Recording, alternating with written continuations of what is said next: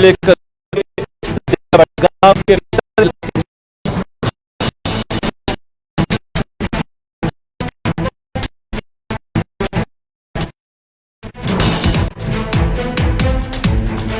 सड़सठ रोज के बाद कोरोना वायरस में जबरदस्त उछाल, तादाद 2200 के पार, श्रीनगर बदस्तूर सरफहरिस्त।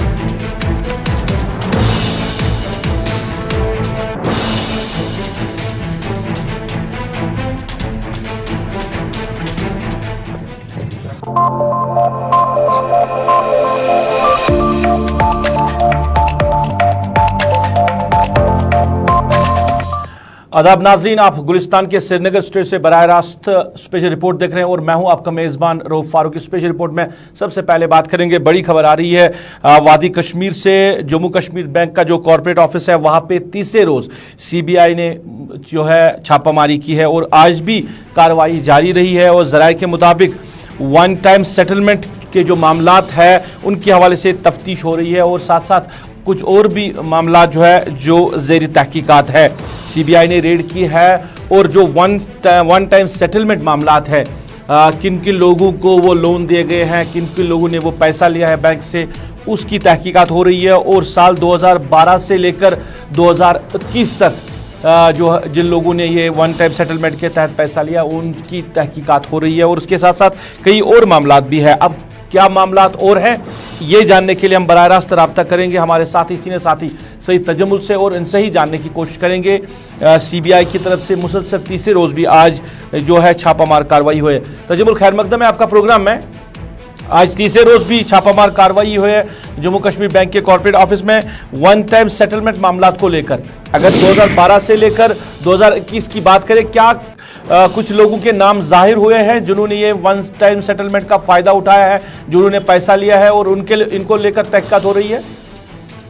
बहुत बहुत शुक्रिया सईद रऊफ फारूकी। जम्मू कश्मीर में जम्मू कश्मीर बैंक 2012 से 2019 तक जो वन टाइम सेटलमेंट थे या जो मामला थे, आपको याद होगा इससे कबल जम्मू कश्मीर बैंक के इस कॉर्पोरेट ऑफिस में लगातार कई एक एजेंसीज की तरफ से छापामारी हुई, लेकिन अभी जो इस वक्त छापामारी तीसरे रोज लगातार जारी है, इसमें सेंट्रल ब्यूरो ऑफ इन्वेस्टिगेशन यानी सीबीआई के जो अफसरान हैं और जिसमें सीनियर पुलिस अफसरान भी साथ साथ हैं, लेकिन ताहम बैंक ज़राए के हवाले से खबर है कि जम्मू कश्मीर बैंक के इस आज कॉर्पोरेट ऑफिस में सीबीआई की मौजूदगी जो है एक रूटीन रेड है और जिसमें जम्मू कश्मीर बैंक के जो सीनियर ओहदेदारान हैं उनके साथ बैठकर फाइलें वगैरह जो है या जो डिजिटल एविडेंसेस हैं किन केसों को लेकर उन्हें खंगालने की कोशिशें की जा रही है। जम्मू कश्मीर बैंक में वन टाइम सेटलमेंट का मतलब ये है कि अगर 2012 से 2019 तक किसी शख्स ने फर्म के नाम पर, इंडिविजुअलिटी के नाम पर या किसी भी यूनिट के नाम पर उन्होंने पैसा लिया होगा, उसके बाद इस पैसे को रिटर्न करते वक्त जो आपका ईएमआई वगैरह ब्रेक हुआ है या आपने साल में अपना जो इंटरेस्ट है उसको अदा नहीं किया है या आप इसका रिटर्न नहीं दे पाए, जिसके बाद कई एक मामलात है जम्मू कश्मीर में जिनके केसेस जो हैं वन टाइम सेटलमेंट के जरिए ख़त्म कर दिए गए। वन टाइम सेटलमेंट में जम्मू कश्मीर में कई एक कंपनियां, कई कॉर्पोरेट सेक्टर हैं, कई एक इदारे हैं जिन्होंने जम्मू कश्मीर बैंक के उस वक्त के अहदेदारन के साथ मिलकर जम्मू कश्मीर में इन फर्म्स के नाम पर जो कर्जा हासिल किया गया है उसको वापस लौटाते वक्त एक खुसूसी स्कीम या खुसूसी इंट्रोडक्शन या इन्फ्लुएंस का इस्तेमाल करके उसको ख़त्म करने की कोशिश की है। यानी अगर किसी शख्स ने 2 करोड़ रुपया भरना था तो उसके साथ कुछ मामला चले हैं जिन्हें तकनीकी तौर पर उस वक्त की चेयर ने बाकायदा तौर पर देखा होगा और सेटलमेंट करके अकाउंट को ख़त्म कर दिया गया, यानी जो बैंक आपने कर्जा हासिल किया हो। इसी बीच में जम्मू कश्मीर बैंक से मुतल्लिक जो लगातार आपको याद होगा कि साबिक ओहदेदारान के वक्त में भी उस वक्त कौमी तहकीकाती ब्यूरो के साथ साथ कई एक नोडल एजेंसीज ने छापामारी की और छापामारी के बाद उन्होंने रिकॉर्ड को जब्त किया और रिकॉर्ड को जब्त करने के बाद इंडिविजुअल और उसके बाद फर्म के नाम पर जो भी कर्जे हासिल किए हैं या अपॉइंटमेंट्स की हुई हैं या ATMs इंस्टॉल कराए हैं या एस्टेब्लिशमेंट ऑफ बैंक प्रेमिसेस जो कि मुख्तलिफ इलाकों में उस वक्त मंजूर किए गए थे, यानी मुख्तलिफ मामलात पर जो है बातचीत चल रही है। लेकिन जम्मू कश्मीर बैंक के तर्जुमान में आपको एक वफार भी बता दूं कि जम्मू कश्मीर बैंक के तर्जुमान के मुताबिक बैंक के अहदेदारान और इन्वेस्टिगेटिंग एजेंसी के अहदेदारान के बीच में वो दोनों बैठे हुए हैं और दोनों बैठने के बाद ये मामला देखे जाते हैं, अगर कोई कंप्लेंट है, अगर कोई केस है, उसको किस तरह से आगे बढ़ाया जा सके। तजिमुल, ये भी पहले से खबरें आ रही है कि अनड्यू जो कुछ लोगों को फायदा देने की बात जो हुई है, कुछ लोगों को फायदा भी दिया गया है। जैसे आपने कहा कि अगर मामला थे तो उनको उन मामला को खत्म भी कर दिया, वो केसेस जो खत्म हुए जिन्होंने लोन भी लिया है। मगर क्या किसी शख्स का या किसी फर्म का नाम जाहिर हुआ है इस पूरे मामले में?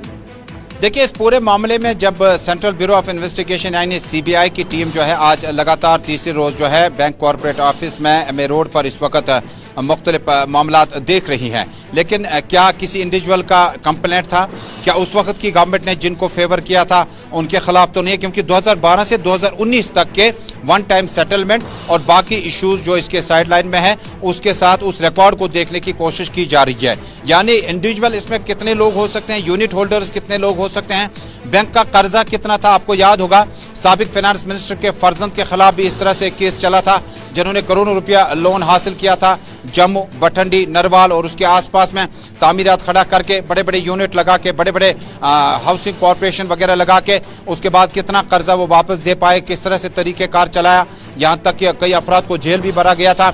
आज का जो रेड है, चूंकि 2-3 दिन से मीडिया रिपोर्ट्स में अभी तक इसका उतना ज्यादा मामला नहीं चला, लेकिन जिस वक्त आज की मौजूदा चेयर है, जो इस वक्त का एस्टेब्लिशमेंट है, क्योंकि 2012 से 2019 तक के मामला उठाए गए हैं। 2012 से 19 तक कौन कौन सी सरकारें आई, क्योंकि आपको याद होगा कि 14 में इंतखाबात हुए, 14 से पहले आपको नेशनल कॉन्फ्रेंस कांग्रेस की सरकार थी, उसके बाद पीडीपी बीजेपी की सरकार आई, और उसके बाद 2019 के बाद लेफ्टिनेंट गवर्नर जम्मू कश्मीर, पहले गवर्नर उसके बाद लेफ्टिनेंट गवर्नर का रूल चल रहा है। लिहाजा कुल मिलाकर जो इस वक्त के फाइलिंग को खंगाला जा रहा है उसमें साफ तौर पर देखा जा सकता है कि कितनी कंप्लेंट्स आई है। मिसाल के तौर पर आपको बता दूं, 10 लड़के नौकरी हासिल कर पाए लेकिन 200 नाराज थे, 25 लोगों को कर्जा हासिल हुआ, 500 नाराज हो गए। इसी तरह से जब आपने एटीएम, जब आपने प्राइवेट सिक्योरिटी आउटसोर्स करना था, जब आपने बैंक से रिलेटेड जो रोजगार के वसाइल पैदा करते हैं, काफी सारे मामला थे जिस पर बैंक का जो इस वक्त का स्ट्रक्चर है वो कोऑपरेट कर रहा है, और उनके कुर्सी पर बैठने से कबल ये मामला थे, यानी 2019 से कबल 2012 तक के जो मामला है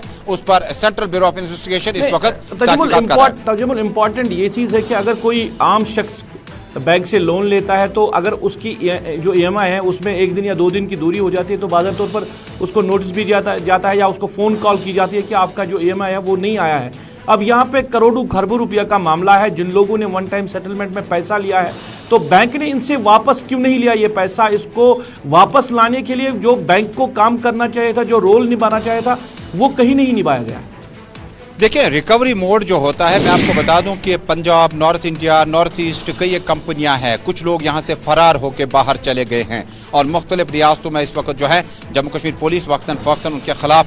कानूनी कार्रवाई भी करता है, रेड्स भी पड़ते हैं, यहाँ पार्टियां रवाना की जाती है दीगर जगहों की तरफ। लेकिन जो वन टाइम सेटलमेंट का मामला है, वन टाइम सेटलमेंट के मामले में 12 पार्टी को नोटिस गई हुई हैं, बाद में वो कोर्ट चले गए होंगे, कोर्ट के बाद उन्होंने वहां से राहत भरा अपना कोई ना कोई नोटिस लाया होगा, जिसके बाद कानूनी मुदाखलत आई और बहुत सारे केसेस ऐसे हैं जिसमें वन टाइम सेटलमेंट में जम्मू कश्मीर बैंक, जम्मू कश्मीर की सरकार, जम्मू कश्मीर के लोगों का पैसा जो है वो जाया हो गया, खर्च हो गया और गलत तरीके से खर्च किया गया। अब ये बात देखनी पड़ेगी कि वन टाइम सेटलमेंट के बाद जो 2012 से 2019 तक के केसेस कितने हैं और इन केसों को बाद में सीबीआई जब अपना चार्जशीट पेश करेगा ए, बी और सी के खिलाफ, उस वक्त क्या दलाइल देंगे उनके वकील और किस तरह से उसका दिफा करेंगे। जहां तक ईएमआई कटने की बात है, जहां पर कर्जा हासिल करने के बाद आप माना तौर पर वो वापस ईएमआई नहीं भर पाते हैं, यकीनन एक आम शख्स के लिए 2 लाख, 3 लाख, 2.5 लाख रुपया हासिल करना जम्मू कश्मीर बैंक से मुख्तलिफ स्कीमों के तहत, चाहे वो आपका मकान बनाने का स्कीम हो, चाहे आपकी दुकान शुरू करने आपके वेंडर की स्कीम हो। मुझे लगता है कि आपको याद होगा कि साबिक चेयरमैन के वक्त में जर्नलिस्ट्स के लिए भी एक स्कीम उस वक्त परवेज अहमद नेंगरू ने मुतारिफ कराई थी। बाद में जब काउंटर के पास हमने कई जर्नलिस्टों ने हमें फोन किया जो इंडिविजुअल पोर्टल्स के साथ, न्यूज़पेपर्स के साथ, सोशल मीडिया के साथ या टीवी चैनलों के साथ, अखबारात के साथ काम करते हैं, उन्हें कोई रिलैक्सेशन नहीं मिली। वही 14-15% का इंटरेस्ट देना होगा और आपको मॉर्टगेज में अपने मकान के कागजात बंद रखने होंगे, आपके जमीनों के कागजात बंद रखने होंगे। यानी एक आम शहरी को सफर करना पड़ता है। लेकिन दूसरी तरफ जब फर्म्स तैयार करनी हो, जब आपको यूनिट खड़ा करने हो, जब आपको बड़ी कंपनी लॉन्च करनी हो, तो आपको कितना कर्जा हासिल होता आप यकीन ही नहीं करेंगे। और यह भी जाने बगैर कि क्या इस शख्स में इंडिविजुअल कैपेसिटी है कि वो इतना पैसा 10 साल में, 6 साल में वापस करेगा। मुझे लगता है कि देर आए दुरुस्त आए, जिस तरह से सीबीआई की रेड्स चल रही हैं, और मुझे लगता है कि दूध का दूध और पानी का पानी साफ सामने नजर आएगा। तजीमुल, आखिर में ये भी बताइए, जरा से ये खबरें मिल रही है कि इसमें सियासतदान हैं या उनके रिश्तेदार हैं या बड़े बड़े ब्यूरोक्रेट्स हैं, उनके नाम इस लिस्ट में है जिन्होंने वन टाइम सेटलमेंट के तहत जो पैसा लिया है जम्मू कश्मीर बैंक से, जो फिर वापस उन्होंने नहीं दिया या जो रिकवर नहीं हो सका है। देखिए, जम्मू कश्मीर में खासकर जब आप शहर की बात करते हैं तो अगर हम उंगलियों पे गिनाएंगे कि कितने केस हैं, किन अफराद के खिलाफ है। लेकिन चूंकि सीबीआई ने अभी तक अपनी प्रेस रिलीज जारी नहीं की, सीबीआई ने अपनी प्राइवेसी में अपना चार्जशीट रखा हुआ है। लेकिन शहर में जब आप बताएंगे तो मैं आपको नामवर सियासतदान है जो कि एक जगह से दूसरी जगह मुंतकली में बहुत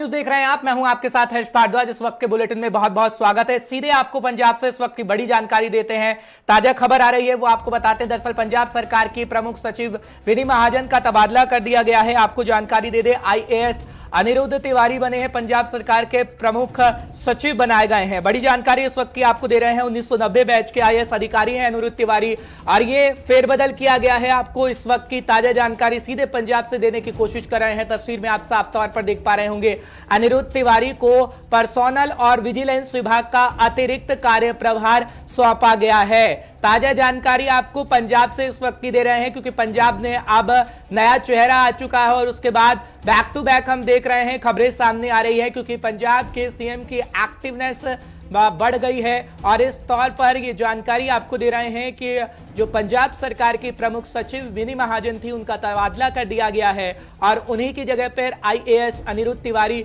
पंजाब सरकार के नए प्रमुख सचिव बनाए गए हैं। इस वक्त की बड़ी खबर आपको पहुंचाने की कोशिश कर रहे हैं। दरअसल आपको पूरी जानकारी भी देते हैं। अनिरुद्ध तिवारी को पर्सोनल और विजिलेंस विभाग का अतिरिक्त प्रभार भी सौंपा गया है। ये जानकारी भी इस वक्त मिल रही है। और अगर बात इनके इतिहास की करें तो ये कहा जाता है खासकर कि 1990 बैच के आईएएस अधिकारी हैं अनिरुद्ध तिवारी, और खासकर इनका जो इतिहास है वो काफी अच्छा रहा है और आगे आने वाले समय में ये काम बेहद अच्छा करेंगे, इसलिए इनकी नियुक्ति की गई है। ये दरअसल जानकारी इस वक्त मिल रही है जो हम आपको पहुंचाने की कोशिश कर रहे हैं, क्योंकि लगातार फेरबदल किया जा रहा है पंजाब के अंदर, खासकर सरकारी विभाग में, क्योंकि पंजाब के नए सीएम आ चुके हैं और लगातार हम देख रहे हैं किस तरीके से उनकी एक्टिवनेस बढ़ रही है। हालांकि अगर बात करें तो पंजाब की सरकार की तरफ से यह भी कहा गया है कि आगे आने वाले दिनों में कहीं ना कहीं सरकार लोगों के लिए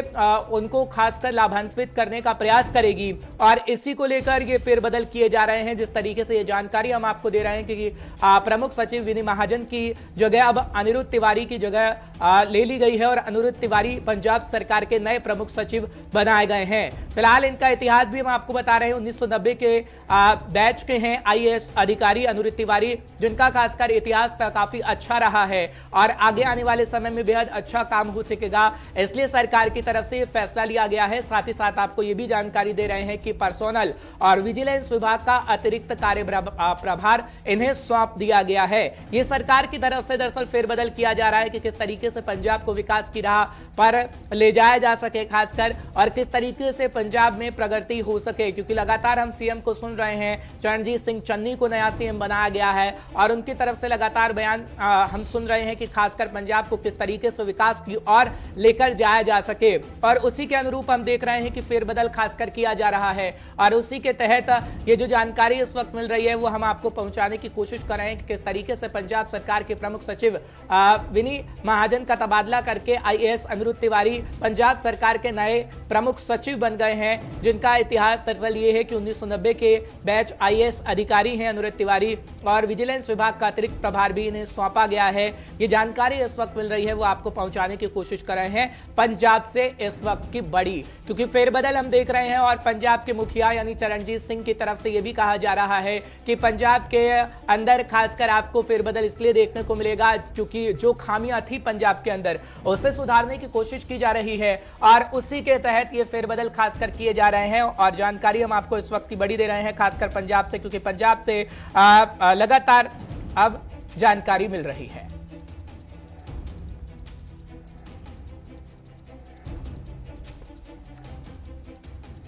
चलिए एक और बड़ी जानकारी आपको पंजाब से ही देते हैं। इस वक्त की ताजा जानकारी मिल रही है, वो आपको बताते हैं पूर्व सीएम अमरिंदर द्वारा नियुक्त किए गए अफसरों की छटनी शुरू कर दी गई है। ये जानकारी इस वक्त मिल रही है। नए सीएम चन्नी के निर्देश पर हटाए गए हैं 13 OSD। ये जानकारी आपको दे दो। और कैप्टन सरकार में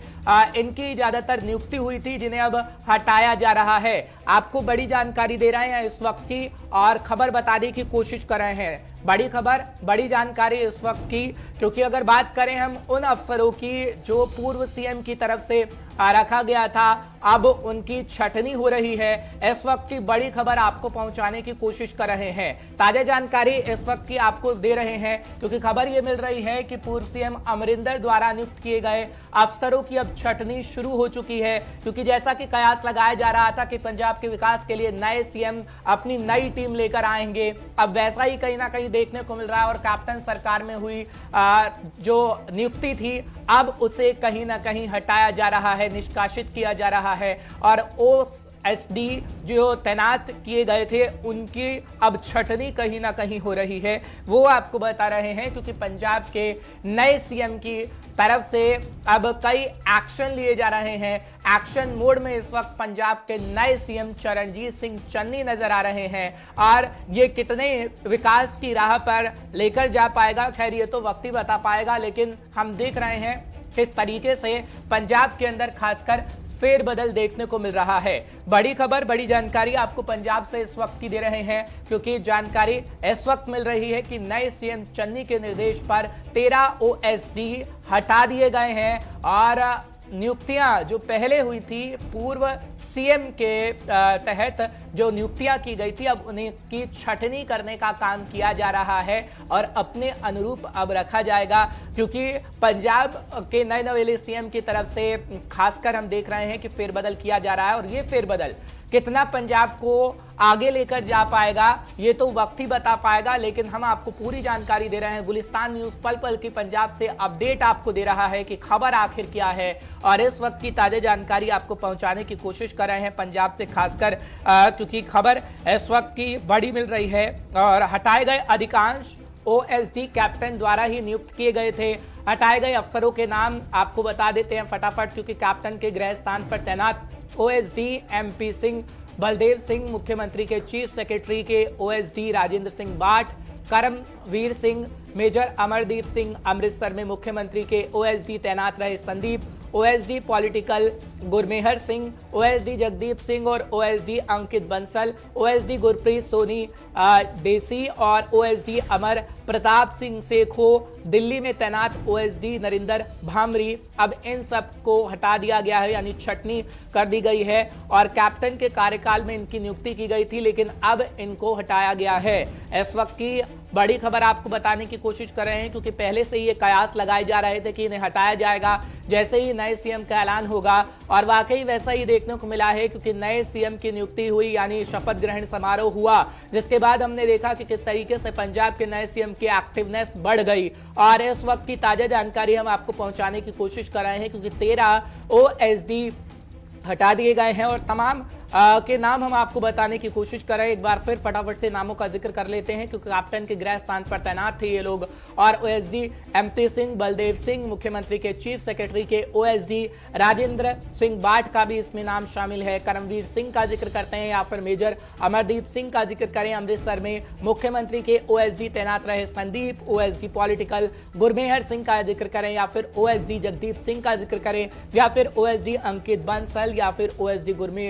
गुरप्रीत सोनी डेसी या फिर ओएसडी अमर प्रताप सिंह सेखों का जिक्र करें तो अब इनकी छटनी हो चुकी है। ये तमाम नाम हैं क्योंकि 13 ओएसडी हैं जिनकी छटनी हो चुकी है और जानकारी इस वक्त की आपको पंजाब से बड़ी देने की कोशिश कर रहे हैं। बड़ी खबर, बड़ी जानकारी इस वक्त की पंजाब से आ रही है, वो आपको बताने की कोशिश कर रहे हैं क्योंकि पंजाब सरकार में पूर्व मुख्यमंत्री कैप्टन अमरिंदर सिंह द्वारा नियुक्त किए गए अफसरों की छटनी कर दी गई और ये ताजा जानकारी इस वक्त की बड़ी आपके सामने, क्योंकि चन्नी के निर्देश पर 13 ओएसडी को हटाया गया है। जो मुख्यमंत्री है नए पंजाब के उनकी तरफ से फेरबदल दरअसल किया गया है। चरणजीत सिंह चन्नी दलित चेहरा है और उनकी तरफ से खास तौर पर जिस तरीके से कहा जा रहा है कि पंजाब को विकास की ओर लेकर जाएंगे और राहुल गांधी साहब के बारे में भी चन्नी लगातार जिक्र कर रहे हैं कि किस तरीके से राहुल गांधी साहब की तरफ से उन्हें जगह दी गई और जिनके घर भी नहीं था जिनके पास, उन्हें सीएम की कुर्सी दे दी गई और आगे आने वाले समय में पंजाब का विकास कांग्रेस करेगी, ये कांग्रेस दम भर रही है और इसीलिए ये फेरबदल खासकर देखने को मिल रहा है। और क्या वाकई फेरबदल से आगे आने वाले समय में पंजाब की में विकास हो पाएगा, खैर ये तो वक्त ही बता पाएगा, लेकिन आपको बड़ी जानकारी, बड़ी खबर इस वक्त की पंजाब से दे रहे हैं कि किस तरीके से खासतौर पर हम देख रहे हैं कि जो पूर्व सीएम की तरफ से नियुक्ति की गई थी ओएसडी की, अब उनकी छटनी की जा रही है खासकर, और उनके नाम भी हमने आपको बताए हैं इस वक्त। हालांकि अगर बात करें तो ये 13 नाम ऐसे हैं जो बेहद करीब माने जाते थे कैप्टन के, हालांकि 13 ओएसडी हैं ये, और अब चरणजीत सिंह चन्नी की तरफ से इन्हें हटा दिया गया है। ये जानकारी इस वक्त की बड़ी आपको देने की कोशिश कर रहे हैं क्योंकि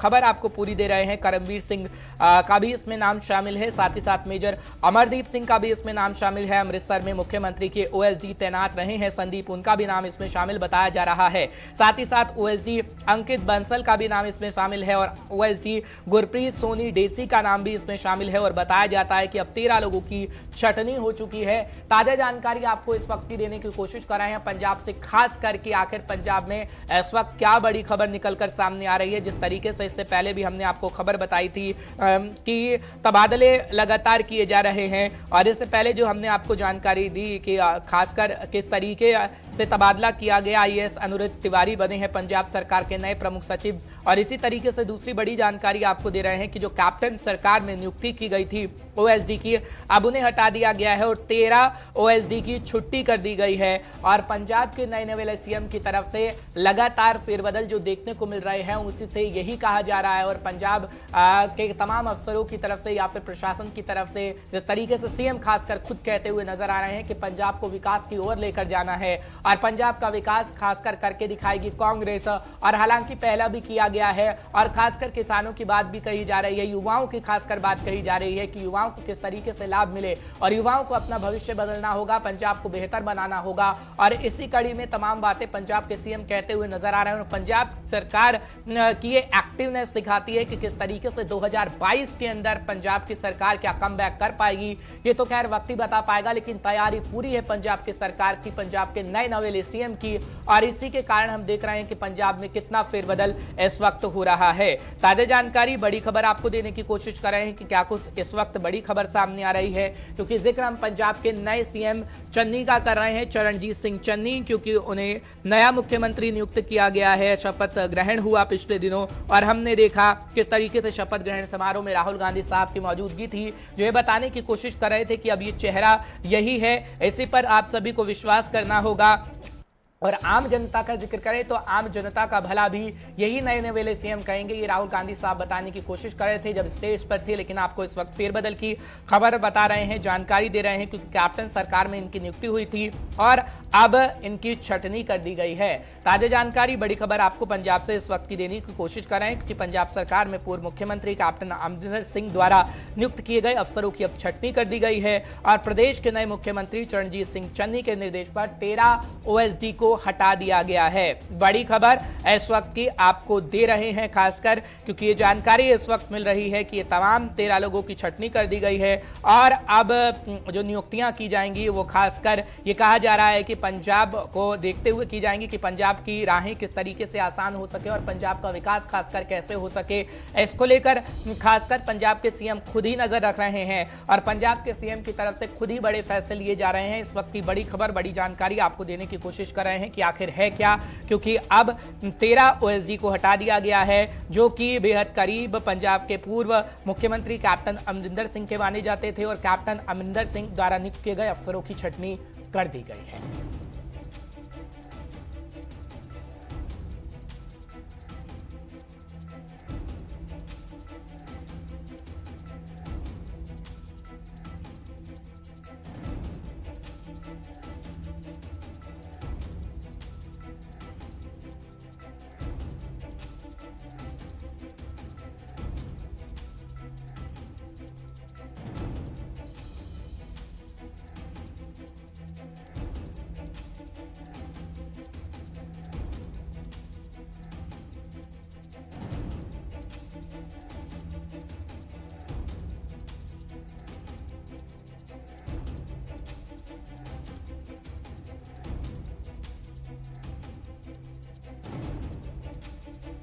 तो आपको जानकारी इस वक्त की दे रहे हैं, क्योंकि बड़ी पंजाब से इस वक्त की ताज़ा जानकारी मिल रही है और जिस तरीके से हमारे संवाददाता भी आपको लगातार जानकारी दे रहे हैं सुबह से ही, और उनकी तरफ से जानकारी भेजी गई है। दरअसल ये जानकारी मिल रही है कि जो 13 ओएसडी हैं उनको हटा दिया गया है और अब खासकर ये कहा जा रहा है कि और भी फेरबदल देखने को मिल सकते हैं नए सीएम की तरफ से, क्योंकि चरणजीत सिंह चन्नी अब आ चुके हैं नए सीएम का चेहरा पंजाब कांग्रेस की तरफ से। और कितना फेरबदल हो पाएगा पंजाब के अंदर, ये तो खैर वक्त ही बता पाएगा, लेकिन बड़ी जानकारी आपको पंजाब से देने की कोशिश कर रहे हैं इस वक्त की बड़ी खबर, क्योंकि अफसरों का नामों का भी हमने जिक्र किया है, उन 13 अफसरों के नाम जिसका जिक्र एक बार फिर से कर देते हैं। खासकर अगर बात करें तो ओएसडी एमपी सिंह इसमें शामिल हैं, बलदेव सिंह है मुख्यमंत्री के चीफ सेक्रेटरी के ओएसडी, राजेंद्र सिंह बाठ, साथ ही साथ करमवीर सिंह और मेजर अमरदीप सिंह। अमृतसर में मुख्यमंत्री के ओएसडी तैनात रहे संदीप भी इसमें शामिल बताए जाते हैं। ओएसडी पॉलिटिकल गुरमेहर सिंह है इसमें, ओएसडी जगदीप सिंह है, ओएसडी अंकित बंसल शामिल है, ओएसडी गुरप्रीत सोनी डेसी शामिल है और ओएसडी अमर प्रताप सिंह सेखू और दिल्ली में तैनात ओएसडी नरिंदर भामरी भी इसमें शामिल बताए जाते हैं।